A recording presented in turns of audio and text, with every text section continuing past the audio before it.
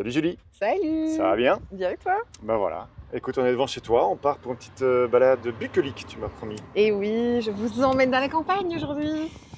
Parce que voilà, t'habites J'habite vraiment à à la Pontassel. Pontassel comme Oui, moi, à l'autre bout de Pontassel, mais la même commune. Mais t'as la chance d'être à 2 pas des champs. ah oui, vraiment de pas. Et c'est ça qui est gai, c'est que tu es quand même pas loin de la gare qui va directement sur Bruxelles. Donc c'est pratique quand je dois aller bosser sur Bruxelles. À fond, Et puis voilà, le paysage là que j'ai en face, tu vois, on est directement c'est quand même vachement sympa quoi. à fond. T'es dans la nature, de pas de la nature. Tu as besoin d'aller prendre un peu l'air, d'aller un peu respirer. Et tu sors de chez toi et tu y es. Donc c'est merveilleux. Nickel. Et c'est la première fois qu'on se voit en vrai. Ouais, On s'est échangé quelques messages LinkedIn, on a déjà failli se croiser. des événements, puis finalement ça s'est pas Ça fait. s'est pas fait, voilà. Euh, Et voilà, moi, on s'était, je sais plus, on s'était croisés parce que j'avais vu que tu faisais de l'analytics et des Ouais. choses comme ça. Nous, forcément, on travaille que dans l'e-commerce et nos clients ont besoin d'avoir une bonne vision de toutes leurs stats et de comprendre comment va leur business. Mhm. Et toi, c'est ton domaine de spécialité. Et oui, tout à fait.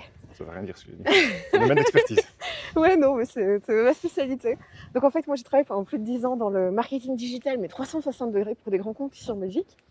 Et puis en fait, à un moment donné, je me suis lancée comme indépendante. Donc là, je suis freelance. Et j'ai commencé à refaire vraiment du boulot dans le marketing digital 360 degrés. Et puis je me suis dit non, mais il faut que je parte vers ce qui me fait kiffer le plus, l'analyse digitale. C'est le truc qui emmerde tout le monde, mais moi j'adore. Ah, je peux t'avouer qu'en tout cas, quand on s'y connaît pas trop, il y a tellement d'outils, Google Analytics, Looker Studio, Ouais. des... En fait, tout s'est vraiment complexifié, surtout depuis l'arrivée du RGPD, hein, Ouais, parce que ça a obligé en fait les personnes à donner leur consentement. Et donc à partir de là, sont venues se complexifier beaucoup de choses. Et donc du coup, autant avant Google Analytics, c'était vraiment la plateforme que tout le monde avait. clairement. D'ailleurs, Universal Analytics est mort hier. Ouais, C'était la bon, fin. ça fait longtemps qu'ils le disent. Oui, maintenant Mais c'est officiel, c'est- c'est la fin. C'est cet outil qui m'a quand même fait découvrir ce métier, et qui auquel m'a on a quand même accroché. Hein. Quand passionné. on est né là-dedans, on a quand même du mal à Ouais, passer à autre chose. c'est ça. Mais et du coup, en fait, avec toutes ces, enfin, j'ai suivi l'augmentation de la complexité en fait au niveau de l'outil. Donc avant, tu avais un outil, une manière de faire. Maintenant, tu as plein d'outils différents. Ouais, Des outils pour lesquels tu veux faire du tracking hybride, dans lesquels tu n'es pas obligé de donner du consentement, comme Piano Analytics par exemple. Tu dois faire attention à tes politiques de cookies. Tu dois faire gaffe à plein de choses. Et puis, Google Analytics a été déclaré en violation du RGPD par la CNIL en France, donc en qui est France, en l'outil de Italie, en Allemagne, c'est pas bien protection des passé. données, voilà. Donc du coup, beaucoup de gens sont passés sur d'autres outils, plus complexes, plus chers. Et or voilà, Google Analytics a toujours été donc un produit gratuit et facile d'accès pour beaucoup de gens. Et maintenant, donc depuis juillet 2023, là, il n'y a plus d'illégalité dans l'utilisation de Google Analytics 4, mais il faut faire attention toujours à protéger donc la vie privée des utilisateurs. C'est un truc qui est Clairement. super important. Et Google Analytics, évidemment, un peu indispensable quand tu veux faire des plans de marquage SEA Ouais. pertinents. Parce qu'en fait, finalement, pourquoi on fait du tracking? Alors pourquoi est-ce qu'on fait du tracking? Pour pouvoir mesurer les éléments qui comptent. Donc chaque business va avoir ses propres événements qu'il va avoir envie de mesurer. Moi, je suis pour un minimum de données pour un maximum d'efficacité. Pour moi, trop de data tue la data. C'est clair. Et puis, récolter des datas, c'est pour valider des hypothèses. C'est pour valider des hypothèses. Donc il faut savoir ce Sans- que tu vas en faire avant de commencer à la récolter. Exact. Parce que trop de gens en fait se disent encore non mais moi je vais tout mesurer. Alors ça ne sert à rien. Parce Non. que plus on a de data, moins on la regarde, moins on la comprend. Et puis Et avec c'est- des statistiques infinies, on peut leur faire dire ce qu'on veut, on peut toujours aller trouver la donnée qui Ouais. finalement permet d'un peu aller dans notre sens. C'est ça. Alors que si on mesure la bonne chose, qu'on a des bonnes North Star Metrics, Ouais. au moins on peut plus mentir à soi-même. Quoi, si C'est ça. c'est le... C'est ça, donc c'est important de se fixer voilà, des targets. Tu dis, bah voilà, je vais mesurer cet aspect-là. Je me donne X mois pour essayer d'atteindre tel résultat, par exemple. Et puis, tu suis tes chiffres. Tu fais en sorte que tous tes chiffres puissent bien être remontés en amont. Donc, l'important aussi, tu vois, dans mon plan de tracking, de pouvoir implémenter les bonnes choses, de pouvoir tester aussi que les informations remontent bien. Yes. Et après, tu tires tes conclusions, etc. Donc, pour voir comment ça se passe et tu pilotes. Et même pendant que tu fais des campagnes, etc., c'est bien aussi de pouvoir piloter pendant tes campagnes, pouvoir ajuster s'il y a des besoins, stopper certaines choses, augmenter ton budget sur d'autres choses, etc. Donc le pilotage, en fait, c'est hyper essentiel. Et en général, justement, l'outil de pilotage et les tableaux de bord que tu fabriques, tu les donnes qui a accès? C'est plutôt pour les équipes marketing ou finalement pour le management également? Ah, ça dépend vraiment. Tu peux vraiment construire différents types de tableaux de bord. En fait, c'est super important dès le départ de savoir pour qui tu vas les construire. Oui. Parce que tout le monde n'a pas besoin des mêmes métriques. Tout le monde n'a pas besoin de la même vue. Tu peux avoir besoin d'une vue hélicoptère, comme tu peux avoir besoin d'une vue hyper détaillée, Oui. si tu es dans le marketing, etc. Donc, tout dépend un peu du type de structure avec lesquelles je travaille. Donc, moi, je travaille avec différents types de structures. Je fais de la consultance pour des grands comptes, en Belgique et en France. On travaille parfois sur des outils qui sont très précis, etc. et très complexes. Et je fais du tracking, de l'analyse, du dashboarding avec ça. J'utilise comme outil de dashboarding souvent Looker Studio. Oui, c'est ça.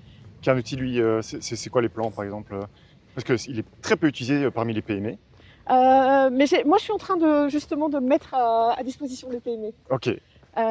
J'ai créé d'ailleurs un outil digital qui sert à mesurer, un dashboard qui est déjà préconstruit, si tu veux, avec toute l'information qui va avec pour pouvoir le mettre en place, le personnaliser, etc.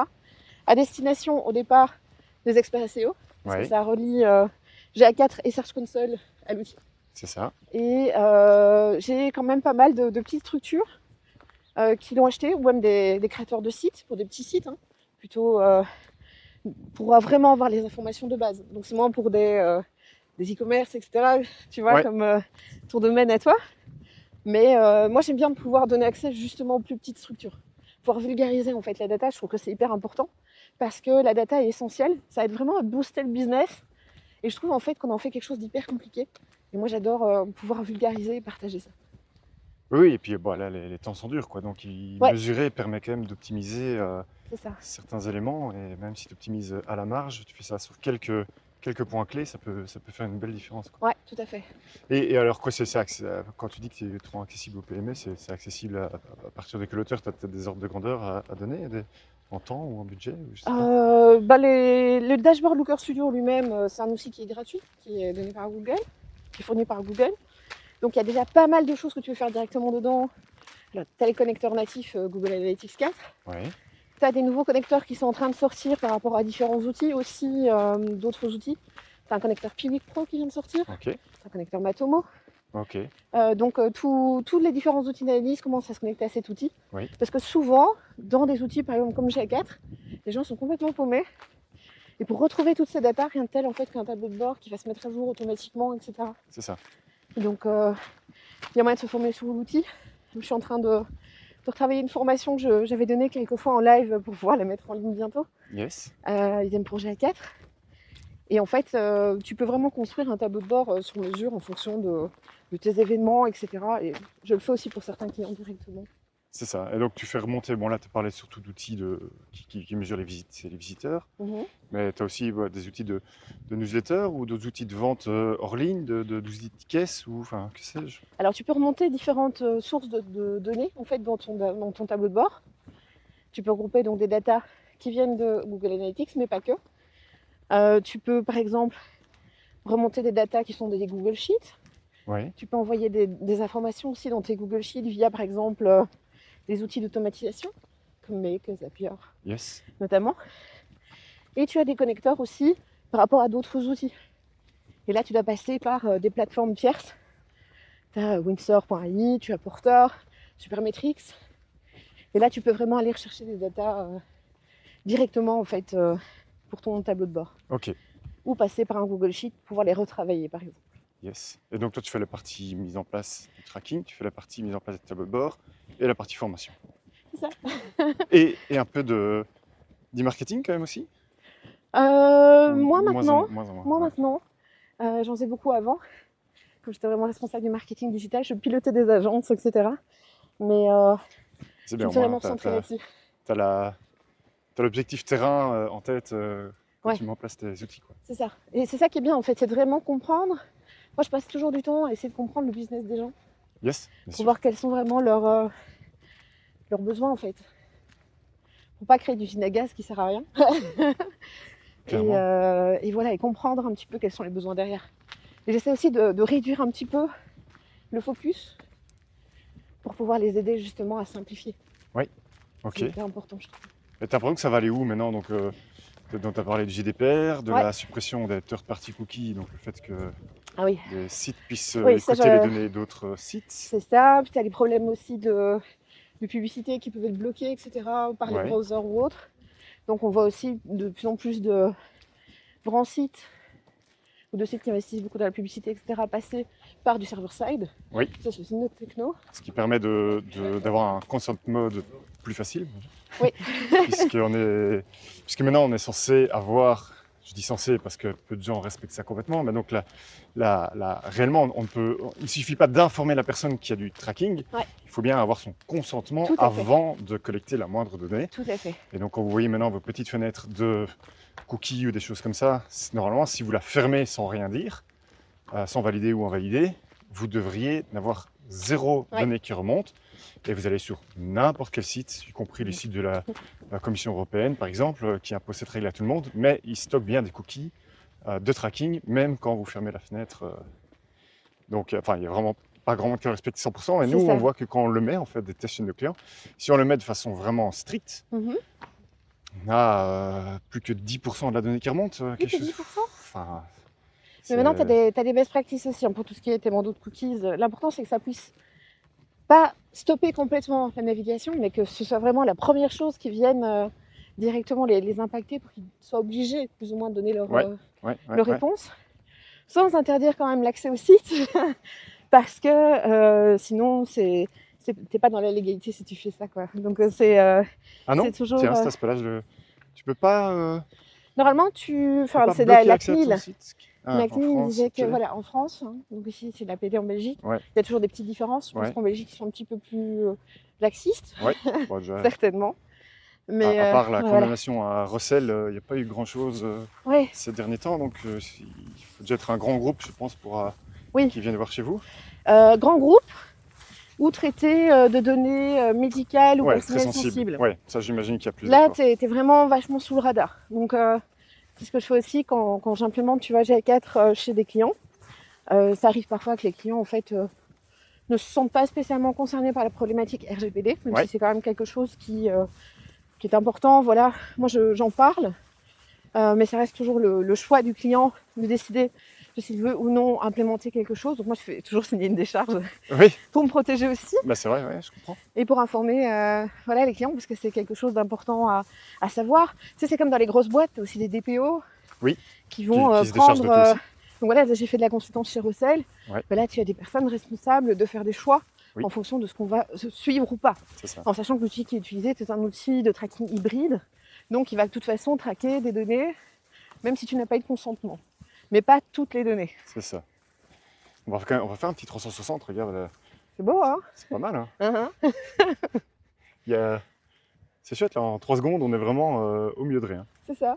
C'est chouette. Oui, mais alors la donnée, c'est compliqué. Hein. Donc les gens, ils ne comprennent pas très bien ce que ce GDPR veut dire. Donc normalement, c'est dès qu'on traite une donnée à caractère personnel, par traite, on entend... créer, récolter, voie passer, supprimer, enfin tout ce qu'on peut faire. Et par données personnelles, on entend tout données liées à une personne, y compris l'adresse IP par exemple. Et donc théoriquement, avant de pouvoir afficher la page web d'un site, il faudrait qu'on ait l'accord de la personne qu'on peut traiter ces données. Donc il faudrait l'accord de la personne qu'on peut bien stocker son adresse IP. Je dirais pas avant d'afficher la page web spécifiquement. Mais en tout cas, avant de récolter des données utilisateurs ou avant de déposer un cookie, récolté, par exemple. C'est traité. Hein. Donc on traite l'adresse IP dès qu'on affiche un site. Donc théoriquement, le système du web ne fonctionne plus si on applique à la lettre le GDPR. Il y a aussi des petits biquettes. Bonjour ma grande. Salut. Tu vas faire coucou? Dis bonjour à YouTube. Tout ça pour dire que tous ces systèmes, ils sont là pour protéger le consommateur et c'est très bien. ils sont là surtout pour empêcher les grands groupes d'en abuser parce qu'ils en ont les moyens. Et là, c'est un point de vue un peu plus personnel, mais j'ai l'impression que les grands groupes, ils se sont donné les lobbyistes et les juristes suffisants que pour ne pas appliquer le système qui leur était destiné a priori. Et que c'est plus la TPE, la PME qui en souffre beaucoup parce qu'il essayait de bien faire, il ne faisait déjà pas grand mal avec les données de ses clients. Et on met beaucoup de bâtons dans les roues pour mener à bien un business. Oui, c'est clair qu'une TPE, une PME n'a pas toujours les moyens de se payer un piano analytics, par exemple, tu vois, ou un outil à la pointe en matière de tracking hybride. Mais il faut savoir aussi que les PME et les TPE sont aussi moins sur le radar des instances de contrôle au niveau RGPD, etc. Donc, dans tous les cas, faites pas de conneries avec les données de votre client. C'est ça. Voilà. Logiquement, c'est mieux de toute façon. Éthiquement, c'est mieux. Et au niveau, pour se couvrir aussi, c'est toujours mieux. Même si, en général, quand il y a une remarque d'une entité par rapport à la protection de données, tu as souvent une remarque, une demande de mise en conformité avant qu'il y ait la moindre amende. Mais bon, c'est quand même bien de protéger les données. Et puis peut-être qu'on a moins de données. Ça dépend aussi de comment on paramètre les choses, etc. Moi, dans les pourcentages que j'avais entendus, on était plus sur entre 40 et 60% de récolte des données, malgré la bannière cookie. Mais par rapport à ça, c'est vrai qu'il faut accepter aussi de se défaire d'une partie des données. Moi, je pense que tes chiffres sont justes, qu'on est à 40, plutôt dans l'ordre de 50%.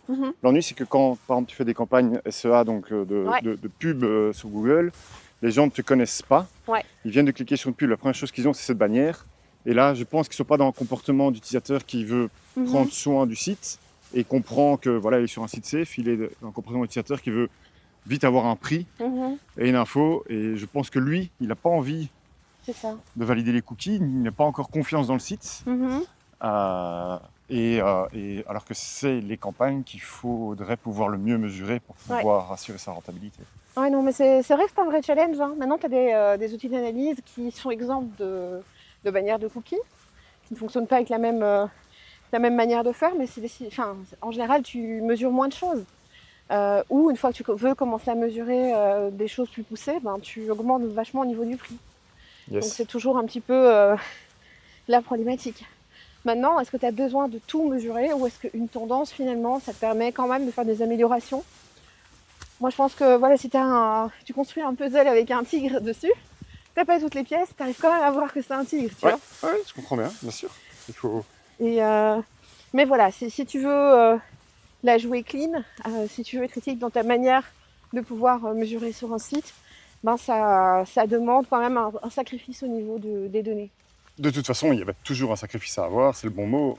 Typiquement, est-ce que 100% de tes retours clients sont enregistrés dans ton outil pour pouvoir mesurer un chiffre d'affaires, retour sorti? Non, mais jamais, même avant cette problématique de RGPD. En fait, tes outils d'analyse n'amenaient jamais la même chose. J'avais en général, pour les comptes pour lesquels je travaillais, à peu près 10% de discrepancy, tu vois, entre ce que je mesurais sur Universal Analytics et ce que j'avais dans le back-end. Donc, ça, il fallait déjà les tolérer. C'est ça. Clairement. Eh bien, est-ce que les gens qui veulent te retrouver, où est-ce qu'ils peuvent te contacter? Alors, moi, je suis quand même pas mal active sur LinkedIn. Donc, vous pouvez me retrouver, c'est Julie Lindem, vous pouvez me retrouver sur LinkedIn. On mettra le petit lien qui va bien. Voilà, c'est ça. Eh ben, tout grand merci pour cette petite balade. Avec grand plaisir. Ça fait bien plaisir. C'est une balade bucolique. Voilà. J'ai l'impression qu'à part la mission de collecter les données et de les post-traiter, tu t'es aussi donné la mission d'envoyer un message positif au monde. Moi, je te vois tout le temps souriante, que des messages positifs en permanence. C'est gentil, écoute. Je pense que ça fait partie de ma personnalité. J'aime bien de voir la beauté des choses dans tout. J'aime rencontrer des gens, j'aime découvrir de nouvelles choses, j'aime résoudre des problèmes. Donc je pense qu'il y a tellement de belles choses, il faut profiter de tout ça. Ça se ressent. Un tout grand merci en tout cas, Julie. Merci Ciao. à toi. Au revoir. Salut.